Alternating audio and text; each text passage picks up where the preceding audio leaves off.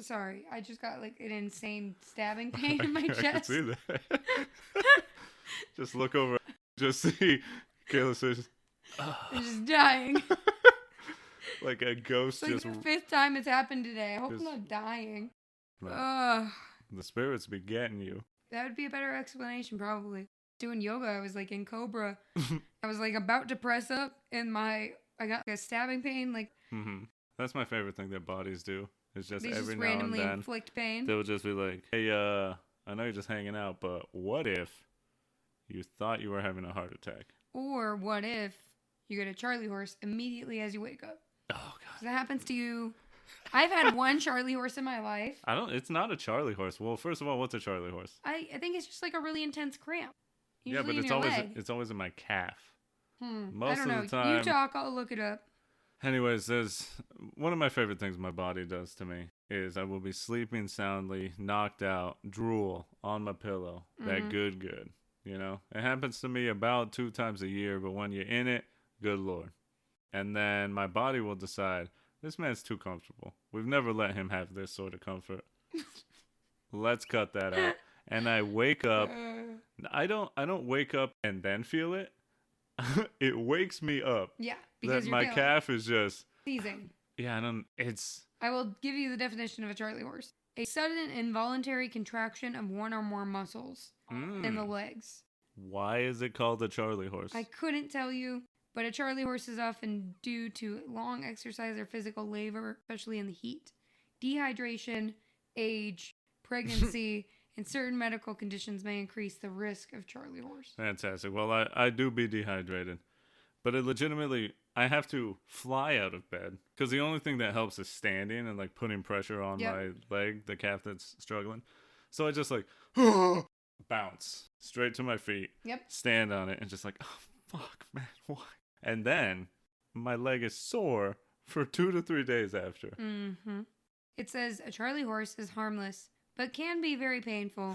It often awakens people during the night. Really? You're not a unique thing, honey. I hate to tell you that, but you're not special. Well, that's fine. Yeah. Good to know someone else out there is feeling the same thing. And I know thousands of women every day are feeling what I'm feeling in my chest. So we're good. Man, am I right? Disgusting.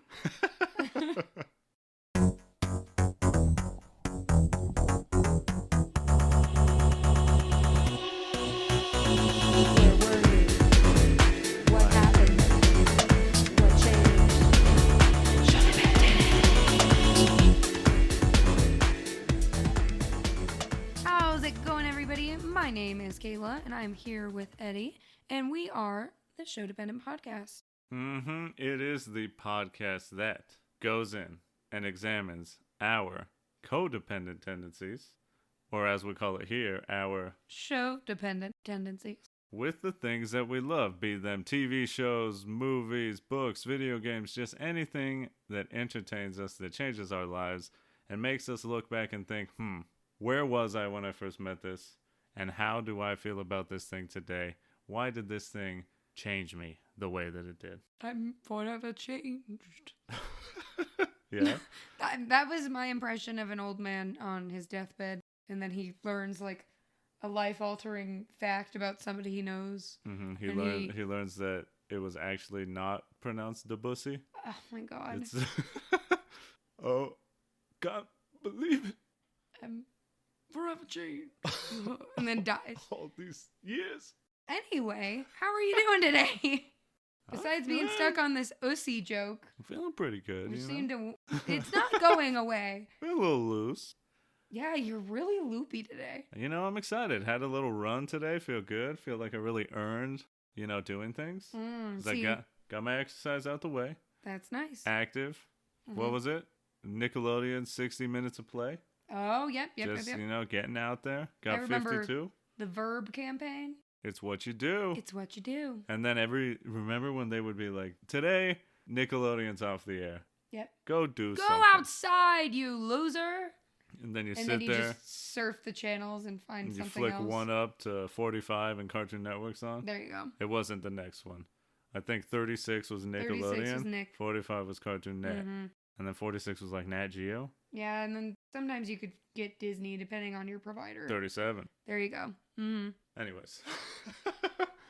Chaos. Ain't that something? What? I could not tell you because, like, my parents have cable boxes, and obviously the numbers are all wild in the hundreds and stuff. Yeah, they're like, oh, it's on 2034 B. Could not tell you today what channel, like, Nickelodeon is. No, it's because we have streaming services now. Yeah, but I remember 36. Oh, yeah. Nickelodeon as a kid. Absolutely. What was 32? I think that was ESPN. PBS. Oh, ESPN. Well, it was I got public. it. Well, it was like public broadcast. It, like, yeah, so it would do sports. Yeah, I think it would also... PBS was like 6. I guess it was 6 or 4. No, 6 was the WB. We're getting. This is just stream of consciousness. I'm happy you're feeling good because I think I gave myself a potential sinus infection from the amount of incense I've been burning. Not worth it. It's probably worth it. Smells nice. I was like doing yoga and I was like getting the bacteria. I was like looking up at the air in the room because it was like, and I was like, oh God, there's just a cloud above me. Probably why I sound the way I do right now. Maybe you got that nice ceremonial smoke in your lungs. Ooh. Yeah, incense will get you. Yeah, it got me good. I've been falling asleep with it burning. I know that's not safe, probably. Honestly, though. But it's so soothing. Can I say something stupid? Yes. But a thing that I wish, and I know that someone's going to say, oh, just lights. But I wish that there were candles that you could safely burn and leave burning while you go to sleep. I want to light 10 candles around me and just fall asleep. The zen. You know? Yeah. And not worry. It's so nice. I've been putting on like it's called a sound bath. But you know, like the singing bowls? Yeah. It's like a person playing the singing bowls for like 4 hours. Right. And you just put that on, and I look at the little light on my incense burn, and I just fade. Nice. It's great. Yeah, see, for me, I just put on Avatar, and as I hear Zuko awkwardly trying to get people to like him who he was trying to kill 2 months ago, I just, fade off to sleep, and then it's just all black until I wake up. Must be nice. Must be nice. We've gone on long enough. Here we are. Yep, we made it. You made it. Unless you need to catch up, go back because we are on episode 3, book 3 of our Avatar: The Last Airbender series. It's time to take down the fire. Jesus Christ. Sorry. Not only the sound, but just looking over you, just like the head shaking, but eyes staring forward. I'm in a really weird headspace. It's like the wild, like, you're a parent of a kid playing Little League, and you're just, my kid's gonna make it. As the tired. As the beer just flows through your veins. My body's so heavy. Love it. Oh my God. Let's get focused. It's time to get this finale underway. If you are not caught up, guess what? We have episode 1, episode 2 of our Avatar: The Last Airbender series in the library. Go on back, get you a download, catch up. If you haven't watched the show, it might behoove you to watch it. Oh, the show's better than us. Oh, I mean, yeah, I would hope so. We're doing it a disservice. Everybody should know that. Just by talking about it, it's like, oof. Yeah. Come on, guys. Go watch it, go listen, then come back, because we're about to talk about season 3, which again they call a book. It's called Fire. Why do they call it a book instead of a scroll? I don't know. Because scroll doesn't sound as cool. Scroll 1. No. Go to sleep. And then old age of 30 takes you off to death. Take me back. Back in the day. Book 3, Fire.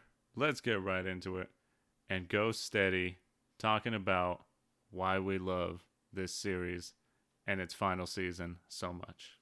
This season starts off with an episode called The Awakening. We get to wake Aang up after getting hit with the lightning from Azula.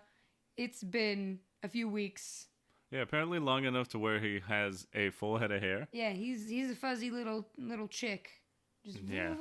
So I don't know how fast his hair grows, but I mean, if you're not shaving it every day, it'll come in. Basically, this episode is just kind of dealing with how Aang kind of feels like he failed, which he did. You loser! Aw. Similar to Zuko, Aang now feels like he kind of has to restore his honor. But the good thing about Aang failing is now everybody, and especially the Fire Nation, thinks that the Avatar is dead. That's silver lining. Sometimes you got to take the L to take the dub. Continue. Sorry, I was just going to try to come up with something funny to say about like how I've taken more L's than W's, but I couldn't come up with anything. Well, how many L's do I got to take to get one dub? Too many. This is a good episode because we get to see like a darker edge to Aang, and he gets kind of desperate. It's kind of sad because everybody kind of recognizes that Aang is in a really dark place, and they want to help, but he's just not having any of it. Yeah, no, he's angsty. He runs off. That's the one. Angsty. I'm out of here. Goodbye. Hey. Whee! Yeah. I'm pointing. Nice job. That was funny. Oh, thank God he's gone. Okay, now we can actually have fun again, guys. Okay. Well, hey, welcome back. Hey, you know, job market, huh? Oof. Tough one out there. I guess. I think I need to come back. All right, well, come on back. Oh. Aang essentially tries to jeopardize the whole mission. He's If he gets seen, that's it. But he realizes he needs to hide himself. Mm-hmm. It's the right thing to do. He has the chance to bounce back and really make a difference. It's time to lay low. You better stay dead, boy. Mm-hmm. And elsewhere, just to set up our man Zuko. He is at home, but he is immediately feeling weird, doesn't like it. Vibes are off. Ooh. Azula, scheming. Mm-hmm. And so we go to the next one. Mm-hmm. The headband. A fun episode. Not extraordinarily important. It's more of just like Footloose and some light propaganda. Yeah. And by light, I mean the American school system. Oh, yeah. Just political lies and war crimes covered up as glory-filled battles. Mm-hmm. Yeah, it's kind of, we're still setting it up. It's called the headband because they just get disguises. Aang's got to cover his tattoo. He goes to a Fire Nation school, as we said, propaganda. They may as well have just had them do the Declaration of Independence. I think you meant to say the Pledge of Allegiance. Can you imagine reciting the entire Declaration of Independence every fucking day at school? Listen. That would suck. I don't pay It'd attention. be like 3 minutes long. To America. Ugh, same. The standout really is, other than the Footloose, which is fun. Yeah, it's lighthearted. It's cute. Mm-hmm. Is just how funny Sokka is. Oh my God. I love the line, Aang's in trouble, he's acting like Aang's father, the headmaster's pissed, and Sokka being the father. And Katara is the mom. Mm-hmm. Yeah. Sokka just says, you know what, when we get home, I'm going to straighten this kid up something fierce. Hilarious. Big laughs. I love also it. think this is going to be controversial. Oh my God. Sokka is hotter when he looks like the dad. Bearded up? He looks good. Oh, and the hair down too? I like it. I do love his hair down. Yeah, Sokka hair down is like, who's that? Who is that zaddy? And then you remember, oh shit, that's Sokka. I know. It's easy to not recognize him because because he's got a top knot too. Yeah. So. But it ends. They get away from this Footloose party that kind of turns into Spartacus. The last important thing is that Zuko thinking, and now Azula's in his head saying, oh, well, if the Avatar's dead, then you're all good, because I told Pappy that your father, you killed the Avatar. So if he's dead, he's dead, and if not, then it's on you. Zuko, paranoid, goes and he seeks an assassin on the gang. He's called the Cum Man. No, he's not. This man. The combustion man, not cum. About to come. Bust. Damn, both of them are.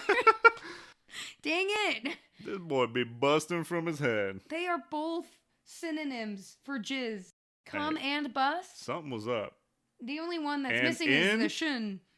And in? Yeah. This boy busting I guess in. it's ch. I don't know. I go ch in Combusting. combusting. I'm a combusting man. Combusting man. I'm a combusting man. Mm-hmm. That sounds like a rap name. I heard that. That's a good rap. That's lyric. a great rap name. Yeah. And that man, hey, when the music on, he come a busting. Oh my god, that's so good.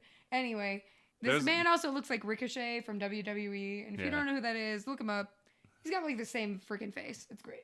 And he's got a third eye that shoots explosives, basically. A laser? I don't know. It's we'll see more of the cum man later. Okay. So we transition from the headband to our next important episode, which is Sokka's master. In the headband, we saw that Sokka, he's the comic relief. He's part of the group, but in this episode, he really feels worthless and useless. Same. It's a tough one, especially when you're being compared to literal experts in their field. Yeah, experts. Imagine being like friends. You're like the guy that works at Costco, which is a great thing. That's great for you. They make amazing money. But everybody else in your friend group is like a physicist or a neuroscience. Or like an actor. Or an actor. Or successful. Yeah. Rapper, combusting man. Oh my god. So Sokka, there's a meteor strike. Sokka can do nothing to help get rid of the flames and save the town. He's tasked with just looking after Momo. He's a slippery fish. Oh yeah, he'll get away from you. Very important. If you don't pay attention. But he's feeling down, dejected. Katara goes over to him and is kind of nice to him, which is very rare for Katara to do for her own brother. And he says, "Each of you is so amazing and so special, and I'm not. I'm just the guy that's regular." Aww. Everybody go put in the track that goes, aww. Poor Sokka. Poor baby boy. He wants to feel special. The imposter syndrome is real. He feels like he doesn't belong. And if you've ever felt that way, you felt like you weren't good enough, the episode hits hard. For sure. It's awesome, though, because he finds out there's a sword master in town. Oh, yeah, after they go shopping. Because what makes Sokka loves shopping. Retail therapy is his life. Absolutely. Sees a nice sword master in town. If you're worthy, quote unquote, he will teach you. He goes there, accidentally says his name. That'll be important later. But the master says, "Oh, I suppose you're one of these great guys who thinks he's overly worthy of my teaching." Sokka says, "Well, I don't know if I'm worthy. I don't know if I am good at sword fighting or if I'm worthy of you teaching me, but I want to try." Swordmaster loves it. He's like, "A humble king. Come with me." Name is Pian Dao, and he's voiced by the fucking T-1000, which is wild. Another hot take. Yeah. I think his voice is sexy. I mean, why is that a hot take? I don't know. Good voice? I don't know. Some people probably say, "Oh, he's like 70 years old now." Well, so he's got a hot voice. He's not that old. He's got to be close to 60. At least. Regardless, the gang is struggling without Sokka because there's no fun in their life. The flow is off. They're just sitting there. Nothing fun is happening. They are trying to be funny. It's not working. Meanwhile, Sokka's over there working hard, but doing it in his own way. Sokka style. Which I think is very important for this episode because it shows that, and the master gets to it at the end, that Sokka does everything at a high level, but he also does it his way. He doesn't do it the way that others expect him to. Yeah. And that's why he's so good at it. My favorite example of that is probably when he does the exercise where he looks at the landscape for like 5 seconds and then he has to paint it and then he adds a rainbow. Yeah. Is it okay if I add a rainbow? Yeah, he's like, you added a rainbow. Like, yeah, I thought it looked nice. It's like, you were supposed to draw what you saw, Sokka, not what you wanted to see. He makes it his own. He does. And it's also definitely a testament to putting the work in. We get to see him kind of failing at first. Yeah. But it's a learning curve. As Christian says, who's in AEW now, the wrestler. Oh, Apparently right. something he says is that when you lose, it's not a loss, it's a learn. So he's all about wins and learns. That makes you sound real educated saying it like that. Oh, yeah. But Sokka, he's getting better and better, and the master says, it's time for us to make you a sword. Sokka says, ooh. I have a special material. Yeah, is it okay if I go get it? They get a meteorite. They make a fucking meteorite Did sword. we ever look up if that was even possible? It probably is, because it's sure just it like is. It's metal. As long as it's the right composite? Yeah, I guess. Like the right mixture of rock and metal. Yeah. It all ends with the master telling Sokka, you're awesome. You did fantastic. You're worthy. Sokka says, no, I lied. I'm not Fire Nation. I'm Waterbender. And the master attacks. I'm Waterbender. No, he's not. He's Water Tribe. Sorry, that too. Master attacks. They go on a fight. But Sokka says, I got it. Because the gang tries to jump in. And throughout this whole battle, Sokka is dodging attacks, counterattacking, but again in his own way. He's using all the lessons he learns from the master, but in his own little spin. Getting the high ground. Shouts out to Obi-Wan. Using the environment. Just doing a great... At the end, the master says, I knew you were Water Tribe. You should have changed your name because Sokka's not a Fire Nation name. Yeah. You should have gone with Lee. There's 1,000 Lees. Yeah. The Jose of the Fire Nation. Honestly. Then the master, I think... I mean, it's such a beautiful thing. Because he says, Sokka, you're probably the most worthy pupil I've ever had. Keep doing what you're doing. They leave, and he gives them a lotus tile. A white lotus. Yes. Tai Sho tile. And they're thinking, They're like, this is a weird little trinket, but okay. And we're thinking, we've seen this before. Way back in season 1. Why is this happening and coming up now? We'll get there. Let's go to the beach. Let's catch a wave. Nice. They say what they gonna say. Are we gonna get copywritten for that? Yes, because your voice is too spot on. I knew it. I'm gonna need you to Nikki, I'm coming for you. I'm gonna need you to be worse. Okay. Let's go to... Is that a whale? I was trying to be a whale, yeah. That'd be cute. It's a beach episode, guys. It's a beach episode. We finally got there. Think about any slice of life anime, any romance anime, any school anime you've ever seen. They have beach episodes. What do we know about a beach episode? It's sexy. We're about to see some titties. Adolescent girls with fucking G cups just bapping on the beach. Typically playing volleyball. Dudes that are looking and their faces becoming half red and they're like, oh, she's so hot. Nosebleed. What do I do? Yeah. Somehow he ends up in between her breastises. Yeah, he usually trips. And at the end, we're going to get fireworks. Yep. As the night sky envelops all. Wow, that was beautiful. Thank you. That's very nice. It came through, right? Yeah, I was like, he's going to fumble this. And then you pulled through. It was beautiful imagery, dear. Proud of you. I do pride myself on being able to struggle through and find success in various ways. There you go. But this is not a fan servicey episode.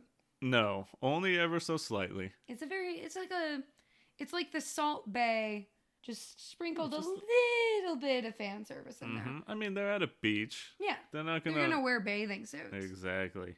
But let's remember, this is Nickelodeon. They had to do things within certain parameters. Be true. But here, this beach episode develops Zuko, Azula, and her friends May, I got it right, and Ty Lee, and just really shows it really highlights their personality and also why they are the way they are. Yes. And especially for Zuko, we've seen him struggling, not really enjoying being at home. And this is the episode where we start to get some answers. We already know. We as the audience know, because we can psychoanalyze this kid all day long. But this is where he starts admitting it and outwardly saying the things that we know are going on inside him, which is beautiful. Yep. Let me set you up. Okay. And then you gotta bump the ball. No, you gotta set the ball, and I'm gonna spike it. Nice save. Nice receive. One more. Don't fly. Jesus Christ, we're losers. Okay, let's go. Now, where's that beach episode? Bunch Kageyama. of dudes. Making out? No! I mean, sure, if you're into that. But no, not for me. Okay. There'd be like 2 girls on the beach. Mm. Because it'd be the manager and then the co-manager, Mm-hmm. the younger girl. I don't know her name. It's fine. We're going to cut all that out. It's fine. Maybe. The setup for the beach is they're on Ember Island. Some old advisors say that Ember Island reveals all, makes you really look in yourself. Zuko and Azula used to vacation here. They go there. Some pretentious rich kids invite them over to a party. Doesn't really go well. Zuko fights with May. Azula awkwardly tries to get guys while Ty Lee has every guy on her. Love it. Good for you, Ty Lee. Queen. It all ends up on the titular beach. Tits. Where Zuko makes a fire using pictures and other things from his vacation home of his family. All that crap. So just getting Forget rid memories. of it. I mean, Firewood. they're not good. I mean, This man is traumatized they from... probably were good at the time. Yeah, but now but they're just like bitter towards it. Yeah, they're tainted and corrupted. And yeah, they're just jaded towards anything from their childhood. Mm-hmm. Because now they all know it's a lie. Well, Zuko does. Well, Zuko believes it. That anyway. Zuko says he doesn't care, and Ty Lee transition us into the next part because she says, "I think you do." Yep. And Zuko really makes fun of her. Yeah. I don't know why they're so hard on Ty Lee. Like, she's just doing her best. Because she's a bimbo. No, she's not. She's actually super smart. That's what they think of her. Yeah, well, they're wrong. Ty Lee is very resourceful and intelligent and kind and caring and beautiful and just a great person overall. So what's wrong with her? Well, she thinks that her problem is because she was raised with, 6 other sisters? She was part of a matching set. She never got to feel like an individual, and that's why she thinks she ran away to join the circus, was so she could actually feel like her own person instead of being constantly compared to people who looked exactly like her. Yikes. Also, they just jealous because Ty Lee got game and none of them do. I mean, I suppose the women, yeah. Yeah. I mean, Zuko's a jealous fool in this episode. What do you mean? Not of her, but he's got issues. That much is obvious, yes. May, on the other hand, Zuko's girlfriend, she felt like she couldn't really get attached to things. She's the daughter of a politician, so she always had to play the dutiful daughter, never be caught doing anything wrong. You know the stereotype, just you are the daughter of a politician, you have to be perfect. Your mistakes are everybody's mistakes. If So you slip up, everybody's going down. So she couldn't really feel anything, and now she's sort of like the stereotype goth girl who doesn't care about anything, sighs all the time. Zuko likes her, though. He likes when she shows emotions. I guess. Very, very, very, very little emotion, but yeah. Mm-hmm. And speaking of Zuko, it's his turn next to vent and say, ever since he's been home, the thing he's wanted for years, he has felt weird. He feels like he doesn't belong. And most of all, he feels mad all the time. He's just on edge and every little thing upsets him. And all of a sudden, Azula says, well, are you mad at me? He says, no. May says, are you mad at me? He says, no. Ty Lee says, are you mad at her? No. Is it your dad? Is it this, and this? These people. Zuko says, no. It's not that. They say, then what?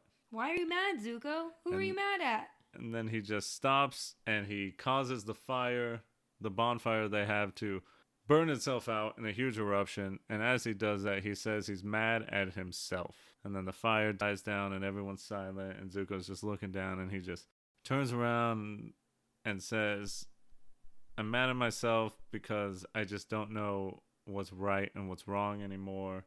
Obviously, he's got that inner turmoil. We know that him betraying Iroh is really hurting him. And he just essentially hates himself. He hates the choices he's made, and he doesn't know because the thing that's supposed to make him happy isn't making him happy. Yeah. So it's very sad. Mm-hmm. May comforts him, but Azula has a completely different reaction. Oh, yeah.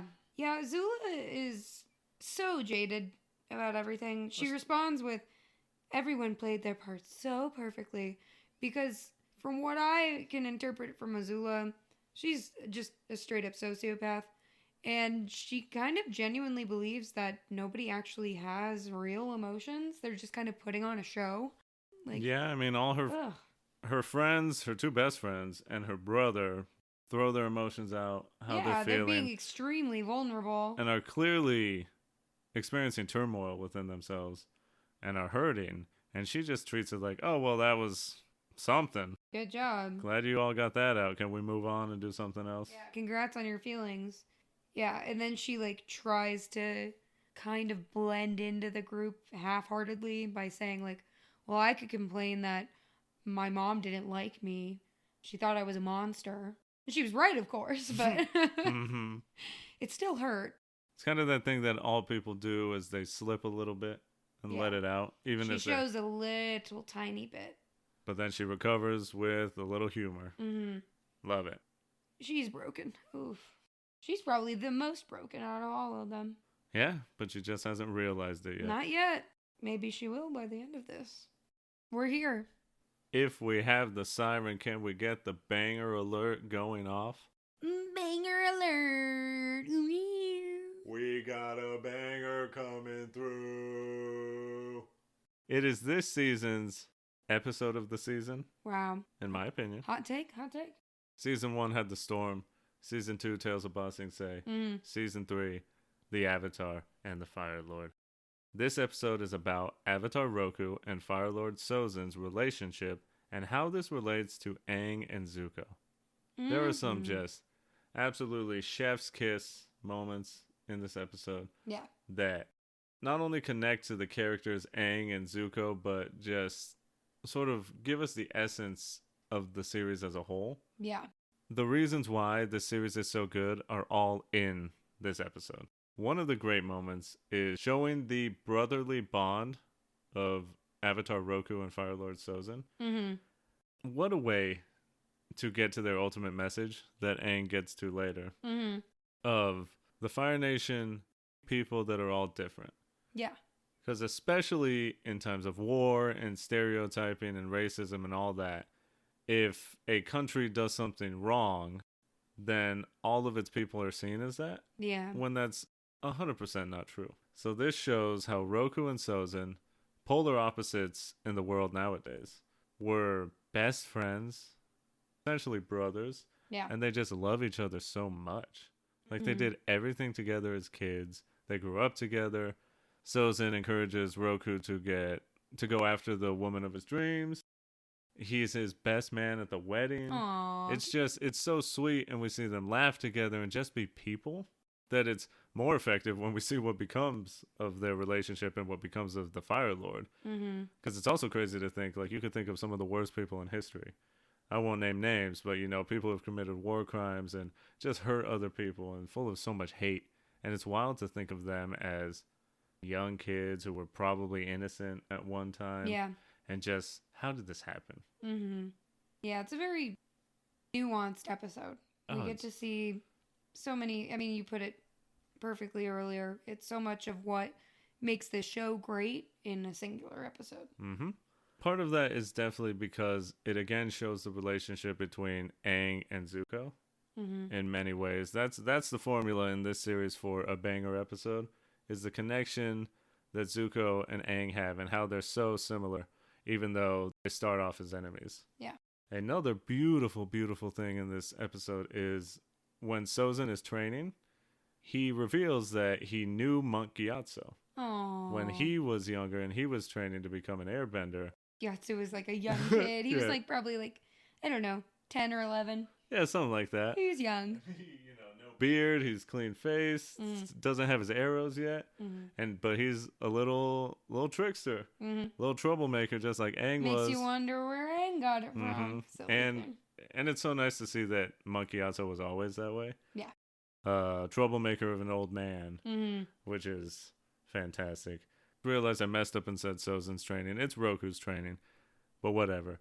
When Roku is saying this and showing that he was with Monk Gyatso, he says the line, "Some friendships are so strong they can even transcend lifetimes," which I think is a beautiful message. Talk more about that in a second. Roku and Sozin's fight, when Sozin reveals that he wants to essentially take over the world.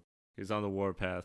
Yeah, he tries to frame it as like, well, the Fire Nation is going through a really prosperous time. We have the responsibility to share this wealth and prosperity with the other nations. We're being selfish if we don't do that. Okay, Rome. Yikes. And okay, then America. Roku, this is on Roku's wedding day. Yeah. The hell? Hey, congrats. Also, take over the world with me, buddy, old I'm pal. on the warpath? No. Roku says, in short, no, you are not doing this, and do not ever speak of this again. Mm-hmm. I will not hear it. Yeah. Sozin goes and does it anyway. Roku shows up, threatens this man's life. Granted, it was like 2 or 3 decades later, but still. It takes a while to throw over the world, I guess. Yeah. Roku shows up, tells him, you do this again, I'm gonna kill you. And then leaves. Yeah. And then Roku decides to fight a volcano? Yeah, and a choice that... it's a stupid choice. Probably not the best choice. It's a very dumb choice. Why would you fight a volcano? In my mind, he was trying to save the town and the houses and homes of the people who live there. I mean, people live on the island. In my mind, all those people were already saved. They were, but they're things. I don't care about things. The people are the things that matter. But where would they go? Another place. Listen, I know. Roku was maybe we could blame that poor decision making on the toxic fumes that are coming out of the volcano. Hey, Roku was in there killing it, though. He looked great for a minute there. Aang was like, you're fighting a volcano and you're winning. Roku says, hey, hold up. Hold on. Wait 1 second now. Let's not count the eggs before they hatch. And this whole episode, I should mention, is the voice of Roku and the voice of Sozin and their perspective saying, this was happening, and I saw my brother doing this, and all that. So when Roku's fighting the volcano, it goes to Sozin, and he says, the rumblings I felt from Roku's island were felt hundreds of miles away. I had never seen a disaster such as this. And we see Sozin go in, says, need a hand? And Roku, elated to see his old buddy, his brother, Sozin, there to help him. Best friends. They fight the volcano, but as they're trying to escape, Roku says, be careful of the toxic fumes. Of course, he gets got by toxic Immediately fumes. just like steps on a vent, go and just, oof. And he looks up through blurry vision and pleads with Sozin, help me. And what does Sozin say? Nah. He says, with you gone, suddenly all my dreams are a reality. And he fucking leaves this man to die. That's so cold. Yeah, it's like, cannot imagine. That's so freaking evil. The pain in Roku he probably felt. Because he knows they were strained, but to leave him to die? In a very uncomfortable way. Real bad way. Yeah. Last little final touch there that's beautiful is that the Roku, his connected spirit animal... Fang. ...is a dragon named Fang. And it comes in and wraps around Roku right before they are both murdered by the volcanic ash. I like how you... like the volcano... It had it out for them. It had an operative mission, and that was to kill Roku. First degree. Murder. Mm-hmm. That is the objective. Absolutely. Cliffhanger, but not like this was just a coincidental natural disaster Murder. that Roku got in the way of. Uh-huh. No. Accomplice to murder, second degree. Why do I keep saying Avatar? Fire Lord Sozin. He knew what was coming. He, just like Zuko, he paid off the volcano to assassinate Roku. Maybe Sozin triggered it. Who knows? Who knows? Who knows? At the end of this, Zuko says, wait, there has to be more, because it ends with Sozin saying, I have searched the rest of my life for the Avatar. The one thing that could end the Fire Nation's war is the Avatar that's born to the air nomads. So I massacred all of them, but yet I couldn't find the Avatar. Zuko says, there's got to be more. He goes to Iroh, says, listen, this may as well have been the history that everyone knows. What are you talking about? Iroh says, no. Your great-grandfather on your father's side was Sozin, but your great-grandfather on your mother's side was Avatar Roku. Yo. Zuko may as well have been hit by a fucking flash grenade. Emotional damage. Because he's just, what? Beautiful. Iroh says, the battle of good and evil within you has been in your family this whole time. You have to make the right choice because they're both inside you. You're capable of both. And by the way, here's the beautiful headdress that Avatar Roku had. It's supposed to be given to the Crown Prince of the Fire Nation. Elsewhere, when Roku wraps up the story and Aang informs the gang of everything, Toph says it's like the Fire Nation are all born bad. But Aang says no. Again, we go back to what I said earlier. Everyone in the Fire Nation deserves a chance because Roku was Fire Nation and he was such a good person. But he was just as much Fire Nation as the Fire Lord Sozin was. Mm-hmm. Toph questions, do you really think friendship could last multiple lifetimes? You can tell she's like, I want to be friends with you all forever. Aww. And Sokka, Mr. Science, goes, well... Technically, I don't think that's actually possible. And Katara says, oh, Sokka, just hold our hands. Just hold our hands. And Sokka, without even changing, because he was holding his chin and looking away, he just moves his hand from his chin to holding Katara's hand in like half a second. Yeah. And it just ends so sweetly. Mm-hmm. Let me just get it in. In The Legend of Korra, we get to see Aang reborn as Korra. Yep. And we get to see that Zuko, Katara, and Toph all meet Korra. So it's like, it was true. Mm-hmm. They get to see Aang in a different life. Yeah. Which, even though I don't like The Legend of Korra very much, I do like that they followed that through. Yes, that is sweet. The next episode is The Puppet Master. And... things are getting weird. Things are getting spooky. He's a little spoopy up in his... I'm a little scared. I'm afraid. And you should be too. Because this old hag is out for blood. Honestly, pretty creepy. Yeah, I wouldn't like it. I'll tell you that. I would not like blood bending. Which is what this episode gets to reveal. And as we've been learning about the minutia of the bending world and just how pinpoint specific we can get into bending. We learn in this episode that on a full moon, a waterbender has the potential to blood bend, which is horrifying. Yeah, cannot imagine legitimately horror movies about it. Scary stories about not being in control of your own body. Mm-hmm. Truly scary. Also truly scary in this episode is that Toph hears screaming in the mountains. Oh my god. Ooh, that's horror. Spooky. Ooh. Horror story. You're out in the forest and you just hear screaming. Get the hell out of there. People going missing. In the mountains. Mm-hmm. Yikes. It all turns out to be this old lady, Hama. She talks about bloodbending, as Kayla said. Mm-hmm. And Hama's a freak. Hama's kinky. She a true kinky old lady because, hey, bloodbending. You know what else has blood in it? That dick. He's pulling his cock out. He's pulling his cock out. Yeah, Hama's a freak. Yeah. You think? She has to have. How do you think? She was flirting with that shopkeeper. Right? You know, she's probably making men hard all over and he the probably village. needed that Viagra, so she got it. She said, hey, you don't need that blue Whoop. pill. I got you right here. He said, I didn't realize it. I thought she was so attractive, but I guess little Keen buddy here thinks otherwise. Said, I ain't got one of these in years. What's Good happening for here? him. Good for Virile. You imagine, there has to be porn of this happening.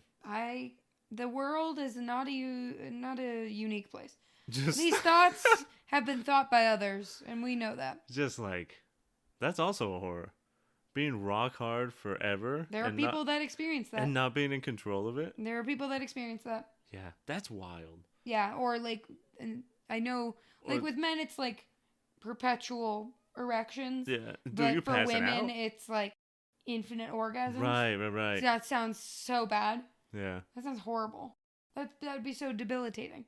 Fucking wild. Anyway. Either way, can we talk about why Katara hates bloodbending until she loves it? Yeah, she's a hypocrite. Mm-hmm. Duh. She's Katara. Anyway, no, she doesn't like bloodbending. One, it's kind of innately evil.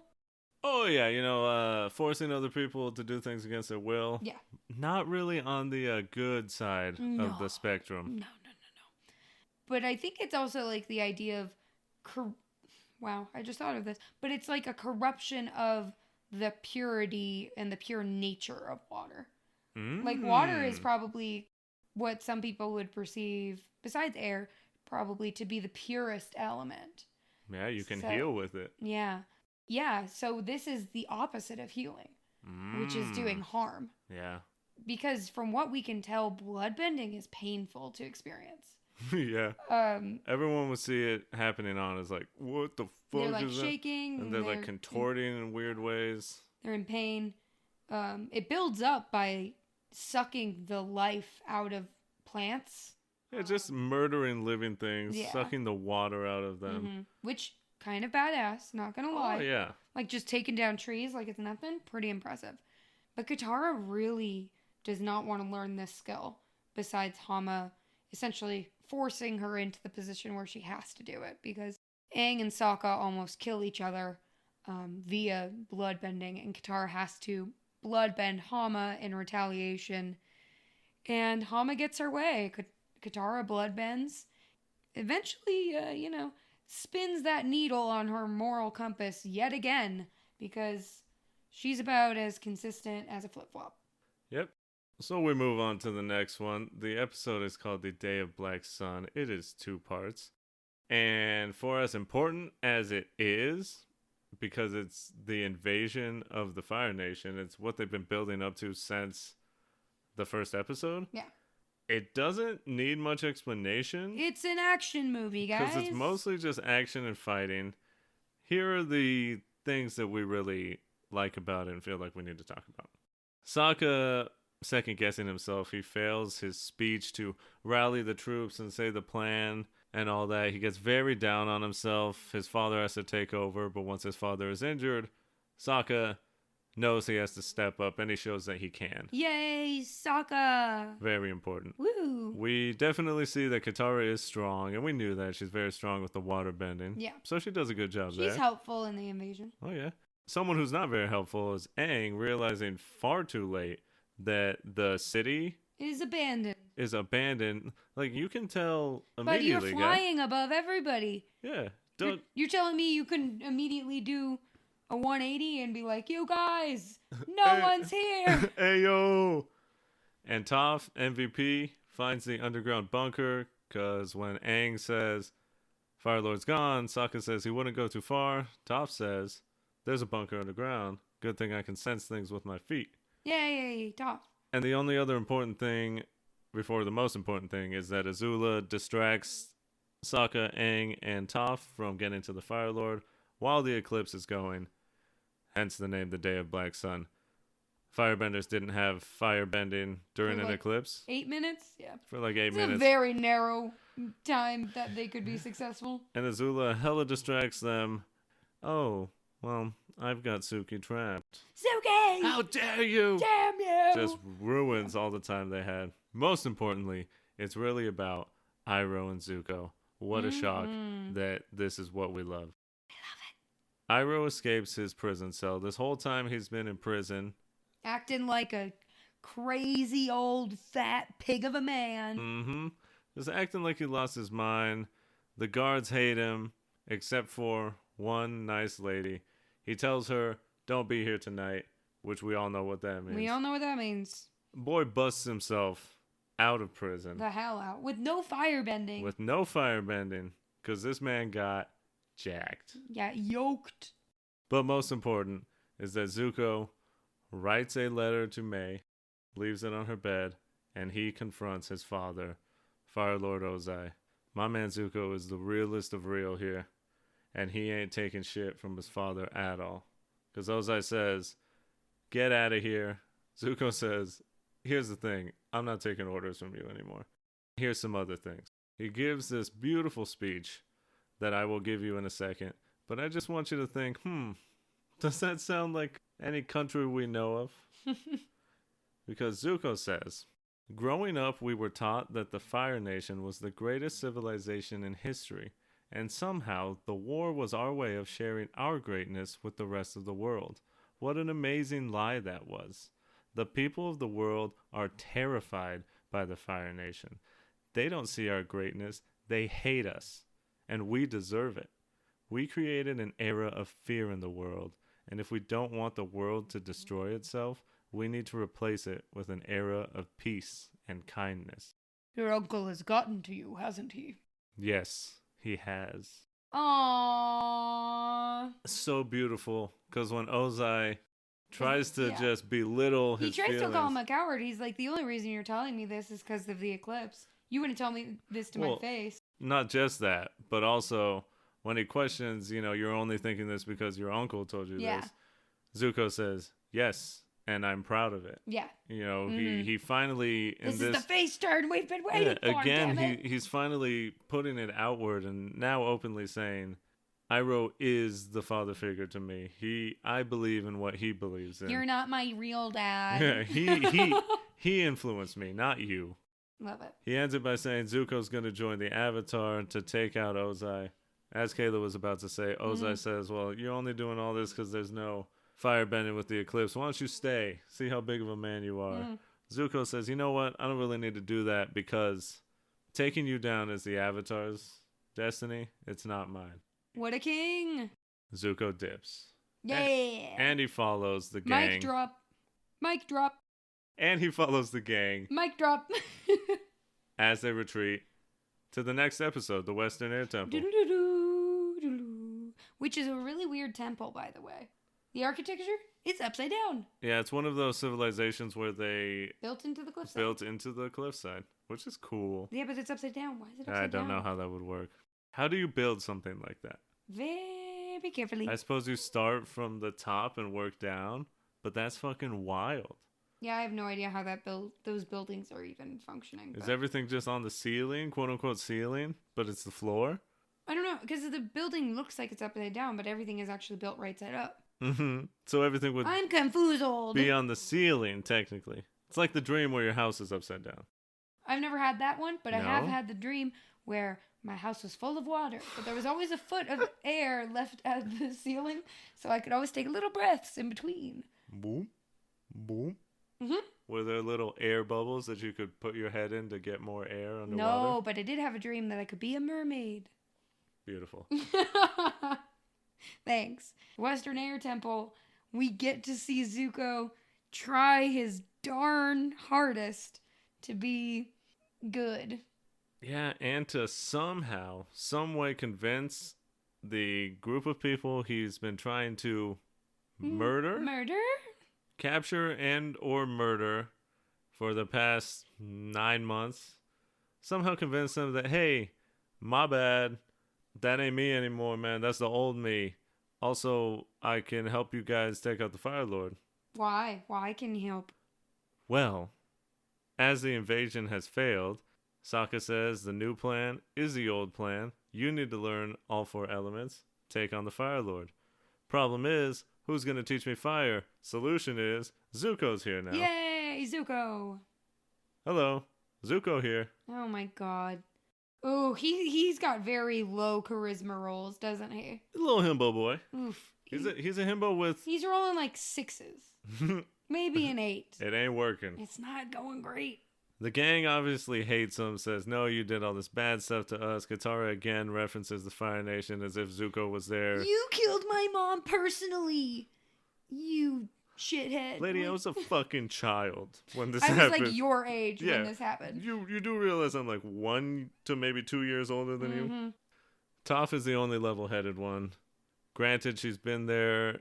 She's the freshest one on the team. Yeah, she's experienced Zuko the least. But she is also the most, like, clear-headed one. She said, we need a firebending teacher. One just strolls up, and y'all say no? Don't look a gift horse in the mouth. Yep, that means something.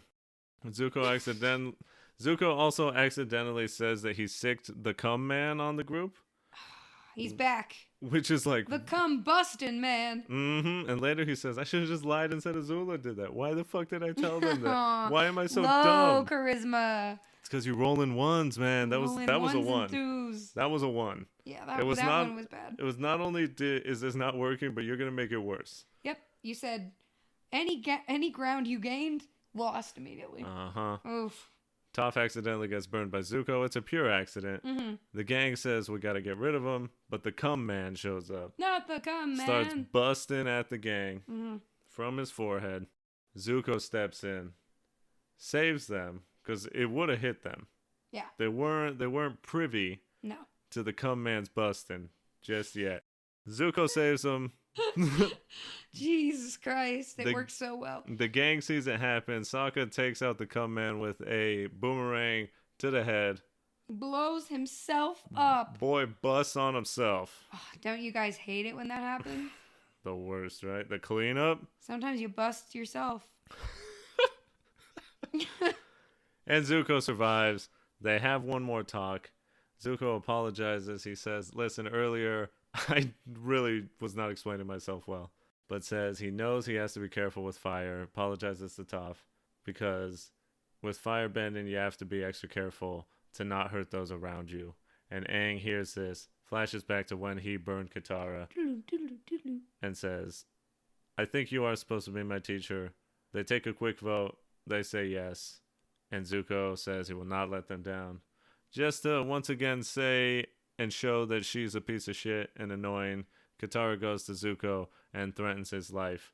Perfect. Way to go, Katara. Because we know she's a hypocrite. She's acting all upset and scared about this bloodbending 2 episodes ago, but now she wants to control everyone and openly threatens this guy's life who saved their lives and is trying to help them. And very visibly is a different person. Yep. I think Katara's a Gemini. Yeah. You two-faced. The next few episodes of the season are the Zuko bonding missions. Now that Zuko's on the team, he's fully turned face, and he's a good guy. He's a good guy. It wouldn't be an episode if you didn't freaking say that. It's time for Zuko to bond with the gang, and we start off with maybe the most important one. I would say so. Probably. Zuko bonding with Aang. Mm-hmm. So this episode is called The Firebending Masters. Basically, Zuko's got a mental block that he needs to deal with. He cannot go poo-poo with the fire because it's weak. Mm-hmm. He goes puff, puff instead of whoosh, whoosh. And he's like, God damn it. This is not good. If I do not figure this out, I definitely can't teach you how to adequately firebend to defeat my father. And Aang's like, well, damn, how are we going to do this? And Zuko said, well, there was an ancient temple that was here full of the Sun Warriors a long time ago, but it's probably abandoned, but we can go check it out. There might be information there. They go, turns out it's not abandoned. Mm-mm. They got booby-trapped. Mm-hmm. And they plead their case to the Sun Warriors, and they say, well, if you want to see the Masters, you have to carry a flame up to them as a offering, and they will judge your character. If they find that you are lying, you will be killed. And they said, oh damn. Mm-hmm. And Aang is terrified of burning himself or losing control, and his flame is super weak because he's nervous, and Zuko's just frustrated because he wants to get this over with. They get to see the Masters, and the Masters are dragons. They're not extinct, baby. They are not extinct like previously they were believed to be. Iroh turns out to have lied to the Fire Nation in saying that he killed the last dragon. He actually protected them. The Masters judged Iroh and deemed him worthy. And Aang and Zuko are instilled with the true nature of fire, which is that fire is life and it is beauty.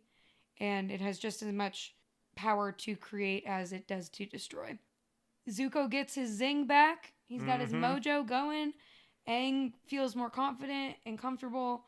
And all is hunky-dory. They get to see some beautiful rainbow fire. It's gorgeous. Zuko understands now. I understand. He gets it. He doesn't feel like he has to fuel his bending from rage and anger anymore. This man in control. Mm-hmm. That's hot. That's hot. Maybe not as hot as the rage, but it's fine. It's a lateral move. We'll take it. And I do want to mention they do the dragon dance. Oh yes, the dragon dance, which is a very cool moment. The gang makes fun of him for it because it is a dance, but it's cool. It's so cool because they get a little Dragon Ball Z at the end. Yeah, where they go towards each other. Are dancing with them, and they do like the unification dance. Mm-hmm. It's really cute. Great episode. So good. It's beautiful. It's probably one of my favorites, easily.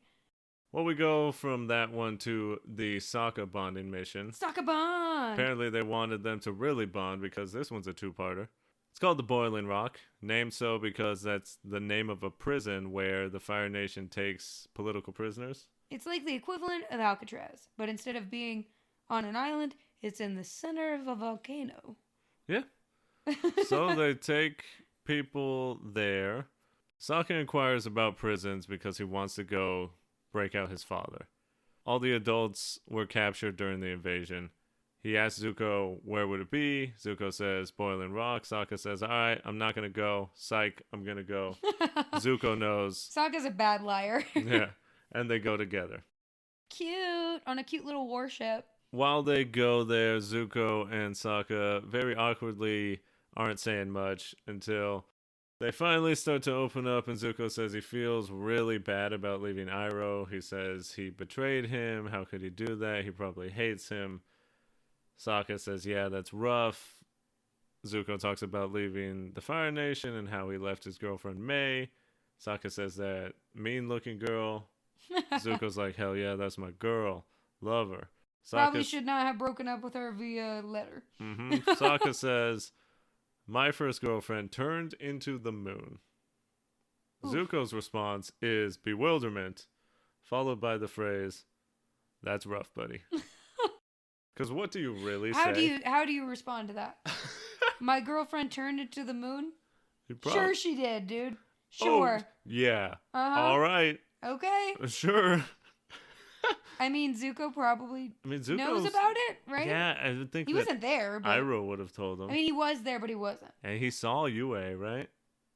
I don't know. Well, yeah, he did. I guess. And now she's just never around. She's the moon. She's actually a fish, right? No, she's the moon. And the moon. She's both. Yes. Yeah. When they get to the prison, things go quick. They dress as guards to try and get Sokka's father, who isn't there, but Suki is there. So that's good. And then later, by the end of the first half, Sokka's dad is there. Even better.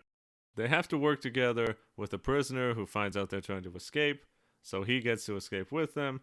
While they're doing that, Zuko gets caught. May's uncle is the warden of this prison, so May shows up and is mad at Zuko. How could you break up with me via letter? What the hell are you doing betraying your nation? Zuko says, I feel bad, but I don't really care about the Fire Nation anymore. Azula and Ty Lee show up in time to try and stop Zuko and Sokka and the whole gang from getting away. While this happens, May has a change of heart. She turns from heel to face and helps Zuko and them get away. Azula tries to take May out. She was going to fucking kill her. Yes. Jesus. Azula was going to snipe her ass. She had the lightning ready on deck. But Ty Lee then chair shot, fucking chair to the back of Azula, and she turns face. She's a good guy now. And she grabs May and says, we got to get out of here, but it's too late. They're arrested. And this is the jumping point for Azula's paranoia as Zuko and Sokka and everyone else gets away. Yeah, baby. Okay. The final-ish bonding mission is the next episode, which is the Southern Raiders. Katara has hit her breaking point mentally for living in a world where the person who is responsible for her mother's death is still allowed to breathe, I guess? I don't know. I am very confused by Katara because she claims to be a peaceful person who wants the good of, like, the world. I don't know. She's just a hypocrite. She is. I don't know. The whole jumping off point is that everyone's laughing, having a good time. Zuko's giving everyone tea. And yeah, everybody's like on Zuko's side now. They've accepted him into the group. Yeah, Zuko's talking about Iroh and trying to tell a joke and all that. And then Zuko makes a joke like, oh, I could make it like old times. I could chase you around. And everyone fucking laughs. Yeah, it's fucking funny. It's funny. Is funny. And Katara's the fucking party pooper. Yeah, she's got to just ha ha shit in her own sandwich. My mom's dead. Oh my God, Katara. Lady, if you don't... Can you fucking stay home? I wish she would have stayed. You don't want to have fun, don't go out. Yeah, it's annoying. She's just at the end of her rope, I guess, and just has to go kill this guy. Aang is very upset by this. He's like, what are you doing, Katara? Like, what do you think revenge is going to help you with this? And then Zuko's like, I don't know how to get her on my side. Sokka, what do you think I should do? And he's like, well, we basically know kind of what the guy looks like that killed our mom. I don't like talking about it. Katara loves talking about it. Basically, Zuko gains the information that the people that were responsible for their mother's murder is the leader of the Southern Raiders. And Sokka offers his help to Katara to track this guy down and snuff him out, basically. Oh, sorry, Zuko does. So Zuko and Katara go on a little mission. Aang is not happy about it, but they go anyway. So they track this guy down. Katara immediately bloodbends this guy. Hey, turns out that's not the dude. But yeah, what happened to those morals, huh, Yeah. Katara? Just immediately, oh, I don't like doing this except when I like doing it. Bloodbends. And then they manipulate him. They're like, who's the guy we're actually looking for? He folds like a house of cards. They go find this sad old man who's being verbally abused by his elderly mother, living what seems to be a shit life. Katara confronts him, says, do you remember me? He says, oh, yeah, I do now. Like, you were that water tribe girl. And she reveals, my mother lied to you. She wasn't the last water bender in our tribe. I was. And then she holds him at ice point. I guess that's what it would be called. She stops the rain around them, turns it into this bubble, and then turns it into like razor sharp shards of glass, but can't pull the trigger and kill this guy. And just decides to let him go. And that's it. But she feels better, right? I mean, yeah, she forgives Zuko. What she doesn't do is make up for the fact that earlier she tells Sokka that he didn't love their mother as much as she did. Yep. Which they should have fucking had Katara do that, because that's not okay. It's not okay, and she never brings up the fact that Sokka's mom also died. It's always her. Yeah. So that probably would have been a good thing. That, for me, would have been a good thing for her to do, was to say, hey, brother, I'm sorry. Yeah. I didn't mean it. I didn't mean that. I was speaking out of my feelings. But there's more fun here to be had, because while this episode, yes, achieves the goal of Zutara bonding, and at the end Zuko questions Aang, what are you going to do when you fight my father if you're a pacifist? What are you going to do? If you're not down for murder, what are you going to do? But the more fun thing here is, what could this episode have been? Ooh. So what could it have been? Could have been delicious. Could have been schmexy. Could have been everything it wasn't. This is our mini fanfic, guys. Get ready. This could have been, pretty much could have happened the same. However, on the return trip, they would probably talk about, why she didn't end up going through with it. And bloodbending, that was wild. Yeah, like, what the hell? What else can you bend? Yeah, because Zuko's never seen that. No, he's like, did you just fucking, mind bend that dude? Like, what was that? Anyway, they'd probably talk about it. Katara would, they'd get on a more lighthearted subject, and Katara would probably make fun of Zuko for, supposedly being a good guy now. But he was all for killing this random guy. But then Zuko would respond with, like, hey, I still have some bad left in me. And he goes right for the kiss. Oh, sheesh. Get in there, dog. Put your tongue in her mouth. Tongue in her mouth. Katara would love it. Oh, Obvi. Mm-hmm. But then things would be awkward when they got back. Do that whole thing where they that trip was good. And we didn't kiss. Yes, we kissed. We kind of definitely avoid each other. Yeah, but it'd be great. And then Katara would probably end up telling the group, like, yeah, we kissed. I don't really know what's gonna happen, but we kissed. And Aang would be looking real sad. Yeah, Aang would be, if you've seen The Hunchback of Notre Dame, Aang would be Quasimodo in the scene where he gets his heart fucking broken. Yeah. And he's just like, falls God. And like can't stand, clutching. It's just, oh God. Yep. But it'd be fine. It's fine because Aang and Toph should be together. Yay! Anyways. Yeah, we ship Tang. Tang is our other Tang, name. that's that space juice. Yes, with the monkey on it? With the orangutan. Oh, it was an orangutan. Nice. Love it. Next important episode, in a controversial, I didn't even know this before we talked about this. Here we are. But I mean, picture Quasimodo Now put my head on Quasimodo. Oh my god, taking you're just dramatic. emotional damage. But right before the finale, the 4-part finale called Sozin's Comet, is the episode The Ember Island Players. It is an episode where the gang gets one last little bit of relaxation. They still get a lot of character building. They do. And they are confronted by their past mistakes and sort of some awkward things that they have going on with Aang and Katara's relationship and the whole Zutara thing.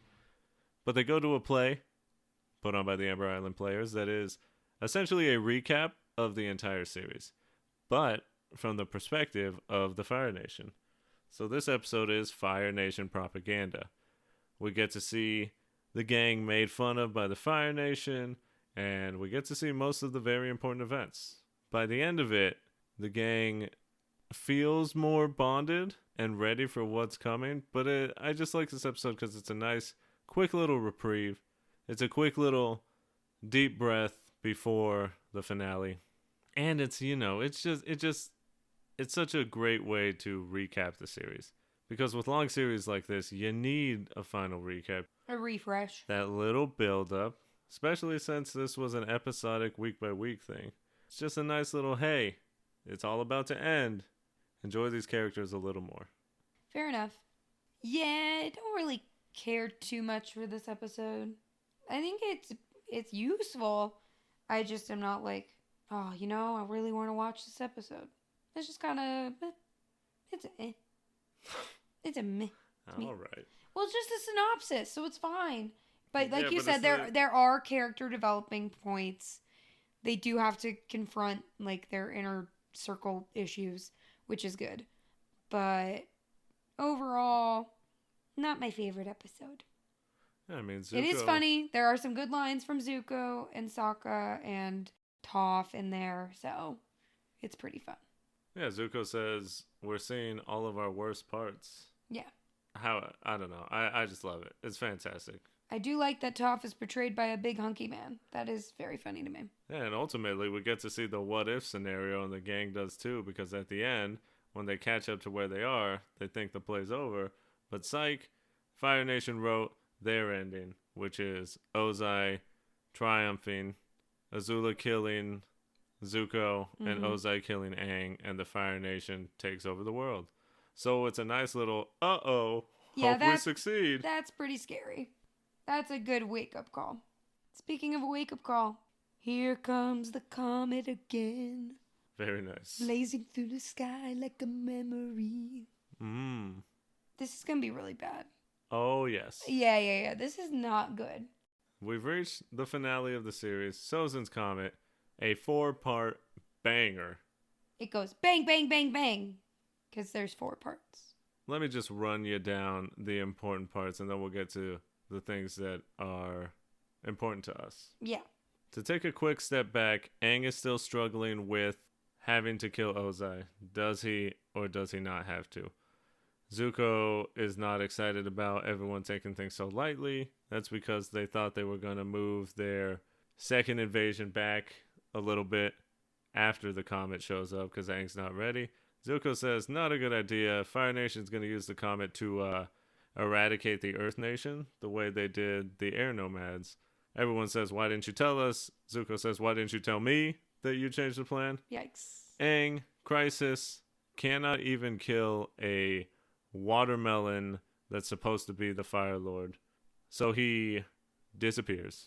He goes and swims to a little island. He swims to an island that we later find out is a fucking lion turtle. Lion turtle! Woohoo! While he disappears off the face of the earth, the rest of the gang tries to find him. They can't, but they use the sheer shoe to track down Uncle Iroh. Yay, Iroh, stinky flip-flop. So Zuko and Iroh are reunited in a beautiful, beautiful scene. I want to talk about it right now. Yeah, let's do it. Because they finally get there, and you can tell that Zuko is nervous. And he stands outside of the tent, and he stops, and he can't take a step further. Katara says, what's wrong? Zuko says, he hates me. I know he does. How am I going to make it up to him? How am I going to be able to see my uncle after everything I did to him? Katara says, I don't think he hates you. I'm sure he'll be happy to see you. And the whole gang knows that Iroh's a good guy. Yeah. So Especially Toph. And she said as much in the Ember Island Players. Mm-hmm. Zuko finally, through these words, walks in. Iroh's asleep. He waits until he wakes up. When he wakes up, Zuko immediately starts tearing up, and he's like, "Uncle, I'm so sorry for everything I did. I'm so sorry. You were so nice to me, and I messed up. And how can I even begin to make it up?" And Iroh interrupts him and just grabs him and pulls him in for a tight hug, Aww. like a father-son hug. So cute. And Zuko's like, "I don't understand. Why you're not mad at me? I thought you would be so upset." And Iroh says that he was never mad at him. He was just afraid that he lost his way. Aww. But he found it again, and better yet, he did it by himself. Big embrace. Iroh and Bumi, Master Piandao, Master Paku, and Zhong reveal that they are the Order of the White Lotus. We are the White Lotus! We're the rock! They are a group of masters who believe that knowledge is for everyone. Mm-hmm. It's not tied to a nation. And they're going to take back Ba Sing Se. The gang splits up. Sokka, Suki, Toph go on and take out the warships. Zutara goes to take on Azula. That way Zuko can become Fire Lord. And Aang's sitting on a lion turtle. Aang's fucking sitting on a lion turtle, just having a tough time. Yeah. In short, he meditates. He talks to all the past avatars. Or at least not all of them. That would be too many. A few of them. He goes through all the elements. He talks to Roku, Kyoshi, Korin, and Yang Chen. All of them give him a little bit of advice. Roku says he should have been more decisive, aka should have killed Sozin.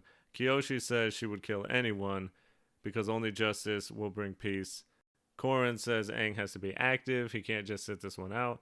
And Yang Chen, who Aang was hoping to find some unity with because she was the last air nomad avatar. She says that while the gurus teach that the airbenders could detach themselves from the world and fly in the air because they have no attachments to this world, the avatar can never do that because the avatar is tied to the world permanently. Mm-hmm. And pretty much says Aang has to sacrifice his own morals because he's not the important one. The future of the world is. Yep. So Aang really doesn't get any help. It's no good news. Mm-hmm. But the good news comes in the form of the lion turtle talking to him and touching his forehead and his heart. Significance of that and the green light that comes out of him in a little bit, because it is time for our final points. Mm-hmm. The first of which is that Azula has lost her damn mind. She's freaking bonkers now. Her father is going to become the Phoenix King? Mm-hmm. Good Jesus? Because he's going to burn this world down, and in the ashes, he will be reborn as the ultimate ruler of the whole world. Yay. Anyway, so Azula becomes Mini King, aka Fire Lord, immediately loses her shit with paranoia and fires everybody, including the Dai Li. Yep. Which is that's a fucking wild choice. To fire your Secret Service. So you know what? You're crazy. And then she cuts her hair. She sees her mother in the reflection of the mirror, and her mom is obviously not there. Yeah, she goes insane. She's gone off the deep end. 120%. Which works out great for Zutara. So mm-hmm. Because we have the final two fights, the big ones. The first of which is the final Agni Kai. Zutara shows up. Zuko says, as he's looking at a wild-looking Azula. Something's weird about her. Her hair looks like shit today. Mm-hmm. This is gonna go well for me. Azula challenges to the Agni Kai. Zuko knows he's got this. He says yes. Confident king. And keep in mind, Sozin's Comet is popping. So, all the firebending we see from this point on is like... insanity. Huge. This final Agni Kai is beautiful. It's so pretty. Because we get Azula's blue fire and Zuko's orange fire. Mm-hmm.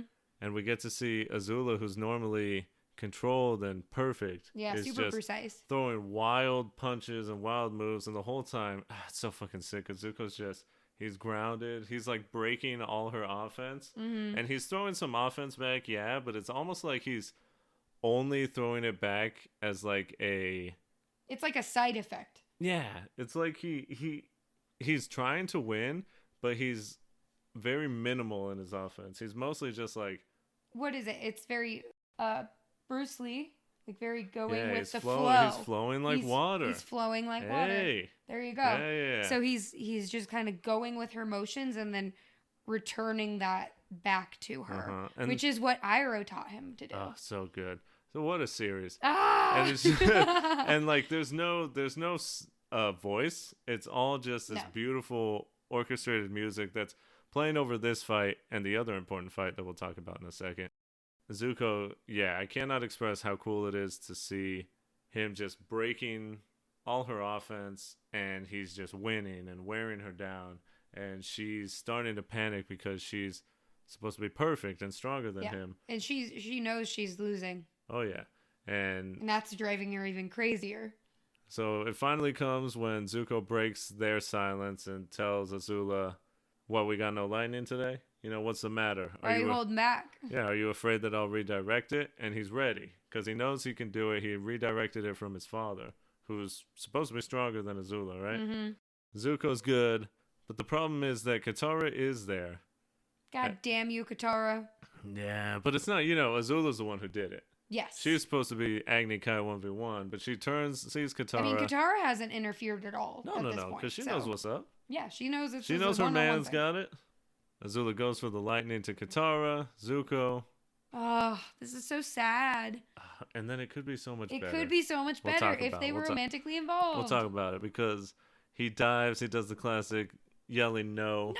And he absorbs the lightning into his heart. Yeah, he takes it in the air, which means he's not grounded. No. And he's able to redirect it. He saves Katara, but he's injured. He's on the ground, he's feeling the electricity still. And he's twitching, and he's got this mark on his chest. Katara runs over to try and heal him, but now it's Azula versus Katara. And Katara's smart.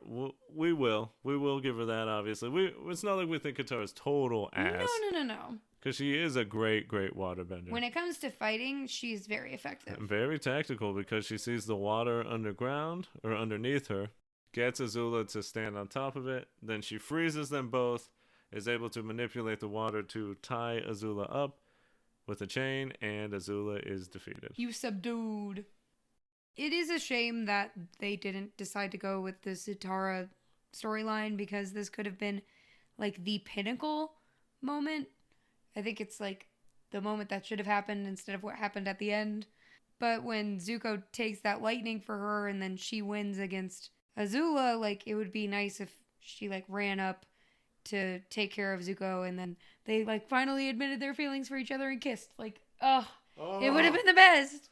But they didn't do it. She heals them, and they look at each other. And they're already and so she's close. Scared that he's gonna die. And he was afraid that she was gonna die. Yeah. He almost sacrificed his life for her. Honestly, he probably should have died, if we're being honest. No, don't you dare.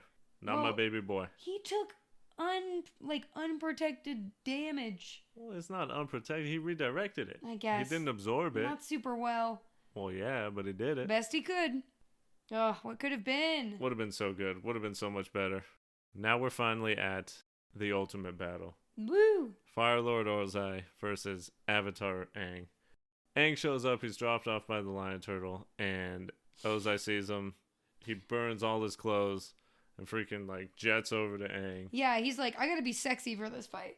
Let me get my abs out. Okay. The ladies are watching. Mark Hamill said, I'm not holding back for this one. Fight is on. It's got 2 stages. It does. First stage is Ozai. Horrifying fire stage. Powered up by the comet, is just going in on Aang. So scary. Aang is the rat being chased by the cat, and he is losing. Oh, yeah. He's kind of doing what Zuko's doing, trying to break all the offense and just survive, but he's doing far worse than Zuko did. Yeah, he's fighting scared right now.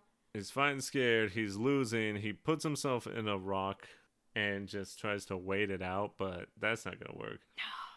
Ozai is winning. He's just hitting this rock. He's Aang is having a sweating. great time. Guess what happens?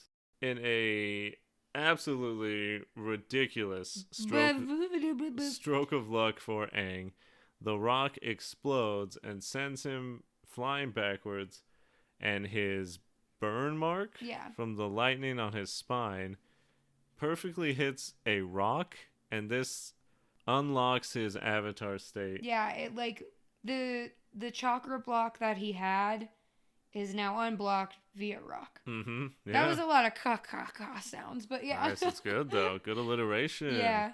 It unlocks flash of lightning, white eyes. This man is fully avatared up, and now the fucking cat has now been transformed into a rat, and Aang is the new predator. Nice, because now the fight becomes Avatar Aang fully powered up. He's so scary. This man does his big avatar show of power, puts a dome of air around him, gets spirals of earth, fire, and water around him, and just goes after the Fire Lord. Ozai's fucking dipping. He's visibly scared on his face. And, I mean, Aang is doing wild shit. You said he basically makes himself into a spaceship. Yeah. It's like he's in a little, like, battle UFO. Because the air stops him from being hit by anything. He's literally just, like, running through rocks. Oh, yeah. And, like, everything, nothing phases him. No. He makes rocks into, like, a fucking machine gun. So scary. Sends little tiny pebbles. Meanwhile, Ozai out here bare chest, no shoes. Fuck, I should have kept that shirt on. Should have kept my armor. Uh-huh. Seriously. Again, but he's flying. Oh yeah, like fucking Iron Man. So I mean, they're both he's surviving, wilding. But the beautiful music is playing like the Agni Kai. But again, it ends. Aang traps Ozai. He's speaking with the voices of all the avatars. Scary. At once. Always a scary moment. So intimidating. Says that Ozai and his bloodline has disrupted the balance of the world. It's time for him to go down. Ozai thinks he's about to die by all four elements going right through his fucking brain. So, but good lord, can you imagine? Would have been insane. His pants are full of shit. Oh, you yeah. know he, like, it's a little stinky. It. A little stinky in there. Oh, this man, he shit himself. Toph pulls up at the end. She's like, oh my god. Oh, fuck, he shit himself. He shit his pants. Yeah. But Aang takes over. He instead says, no, I ain't doing it this way. Ozai tries to get one last dig, says you're the most powerful being on the earth, but still you're so weak. Aang traps him, puts his thumbs on his forehead and his heart. And what does he do? We got a Deus Ex Machina. We love an 11th hour, let's just change the rules of this universe. The lion turtle says, oh, you suddenly have a problem about killing him? Guess what? Here's a way to not kill him. Here's a new form of bending. It's called energy bending, and he's able to bend... I don't know, the fucking soul of Ozai? I guess, yeah. I know they say the energy, but that's like his fucking essence. And steals the ability to bend fire from Ozai, essentially making him a regular person. The Fire Lord is defeated. Hooray! Aang won. Big finale, big finish. Everyone's excited. The ending. Zuko is crowned Fire Lord. Hooray! He's Zuko! friends with Aang. Daddy Zuko is now King Zuko. Beautiful, because he says, it's wild to think that a year ago, my sole purpose in life was to track you down.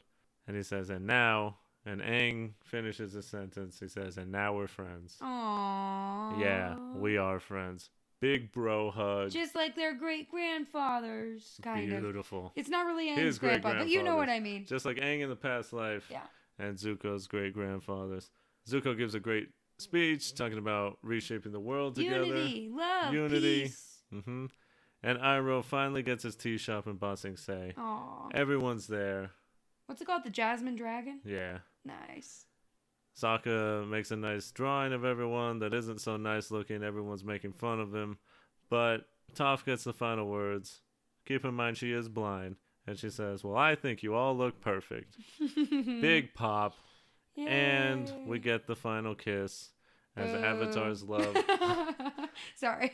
As Avatar's love culminates, Aang and Katara finally seal their relationship, and we get the end in the sky. Hooray. We made it. Woo!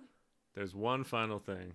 Yes. If you can bear to listen to Eddie go on about something he loves a bit longer, there's one final thing that I need to say. Say it. Because you think about Sho-Dependent, the whole crux of this is why is this so important to you? And for me, the series, yes, Aang, Toph, Sokka, Katara, a bunch of the other characters, yes, they're awesome, they're great. But for me, Zuko and Iroh are the reason this show is so good. They are the reason for the season. They are the absolute formula for the best characters ever. We don't often see antagonists fleshed out in the way that they were, especially in Western animation. No. And even more so for kids, and at the time that this show came out. So this was 05, 06. Yeah. The first season showed Iroh was nice. So the question was, how was he Fire Nation? And Zuko started to hint at good things and hint that he was ultimately a good guy in the first season. And then in the second season, we have the turn of them becoming fugitives, and they're not really the main antagonists anymore. They're also in trouble. And Zuko having to be alone and learn for himself was just fantastic. Aww. I mean, we see in the first season, second season, Iroh constantly helps the gang, and they don't see him as a bad guy. No. They often question, why is he Fire Nation? And, one of these things is not like the other. And they tell Zuko, like, yeah, your uncle's amazing, and he's such a good guy, and he's so nice. It's because they didn't really know his past and his pain and all that stuff. Mm-hmm. And that's what makes Iroh so good, is because he went through all that. And he was a different man, and he chose a better life, and he chose to be kind. Just like Zuko chose. Exactly. Oh, so fucking good. And season 3 is obviously Zuko's true redemption, and he now openly says that Iroh influenced him and that he was his true father. And Zuko, just like Kayla said, chooses to be good and joins Gaang, and he finally is the person. What? Joins Gaang. It's like Gang. It's like Avatar. It's like Team Avatar, but it's Gaang, and it's Aang with a G at the front. So yeah, it's that's like, the whole point. That's the pun? That's that was what the purpose? That's what Avatar fans call the group. They call it the gang. I didn't know That's that. why I've been saying it this whole time. I didn't know that. What? I thought you were just calling them as a group. Like, hey, the gang's all here. I didn't know that was a ship thing. Like, the fandom made that up. Yeah. I'm a dumbass. Fake fan. Give me a sticker on my forehead that says fake fan. Oh, wow. No. Well, at least fine. I figured it out right now. There we go. I learned something with you guys today. You're welcome. It just seems to me that Zuko especially was the prototype for villains now, because it seems as though all new villains, especially in Western animation, they have to be more fleshed out, which is good, but they almost always have to be made sympathetic in some way. Mm-hmm. There are no like truly evil villains these days, it seems, where they're just evil because they like being evil. Yeah. Well, so, it's boring. Yeah, it is, but sometimes it's just fun. Like, because I mean, like, especially classic Disney, like Scar was just evil. He was just an evil guy. I thought he was hot. Yeah, but he was just a bad guy, and that's why. You know, there was nothing good about him. He was just evil. He had good taste. So, like Ursula. Ursula's you're just right. evil. No, I totally get what you're saying. Yeah. Modern audiences want more gray area. Less black and white, more gray. And I'm saying it started with Zuko. And Iroh. And that is Avatar: The Last Airbender. Hooray!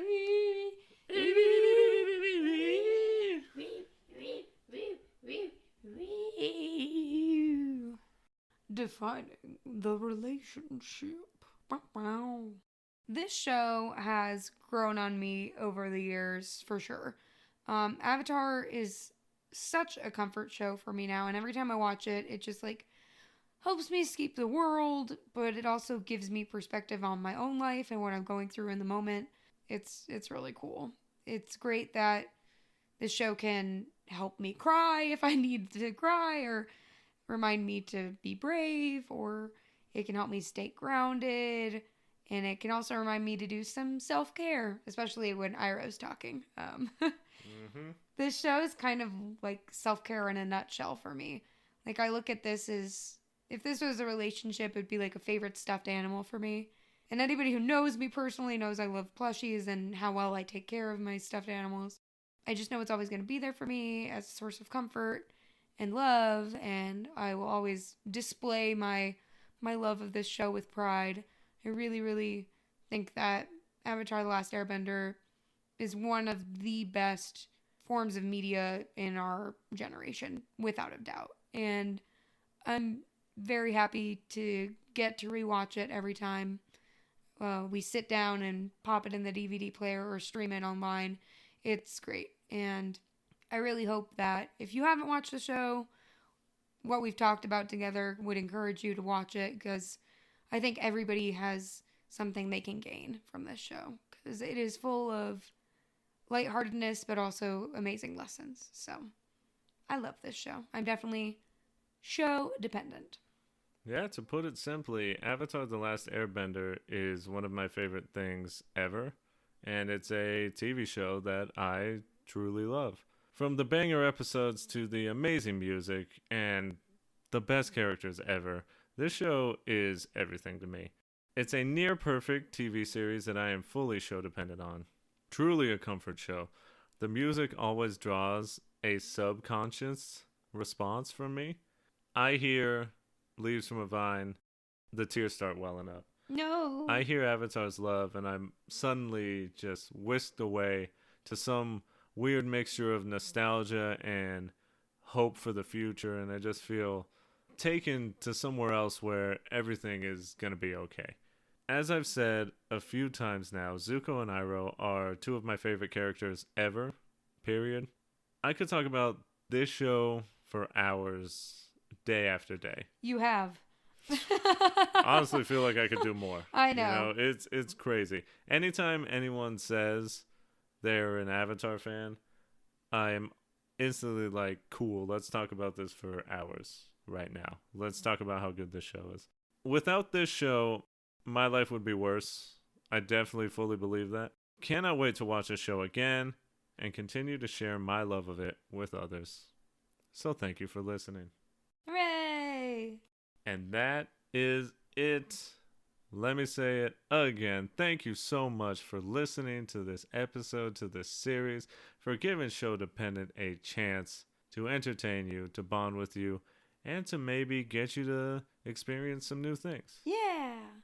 If you liked what you heard, please follow us, download our episodes, listen and spread the word with your family, your loved ones, your own gang. I now know what that means. Yes, you do. Hooray! Tell them that they can find Show-Dependent on Apple Podcasts, Spotify, or wherever you listen to podcasts. You can also follow us on Twitter, on Instagram, at Show-Dependent Pod. That is SHO Dependent Pod. If you want to follow myself, if you want to talk about Avatar more and ask me questions and how I feel, and just really, you want to listen to more of me, just gush. I think everybody does. Well, you can follow me on Twitter, on Twitch. The name is Victor V. Sweet. And my other half, Kayla. Mm-hmm. Where can you be found? You can find me sitting in a park, sipping on tea, and watching old men play Pie Show. You can also find me on Twitter at DJ Vivitch. And that's it, guys. That's the end of Avatar: The Last Airbender. As always, want to give you a little teaser. I'm a product of the 90s, and a lot of 90s anime would give you a teaser, do the classic next time. So, next time on Show-Dependent, we are going to be covering a video game that was such a surprise that for a man such as myself who has been playing video games his whole life, this video game completely floored me.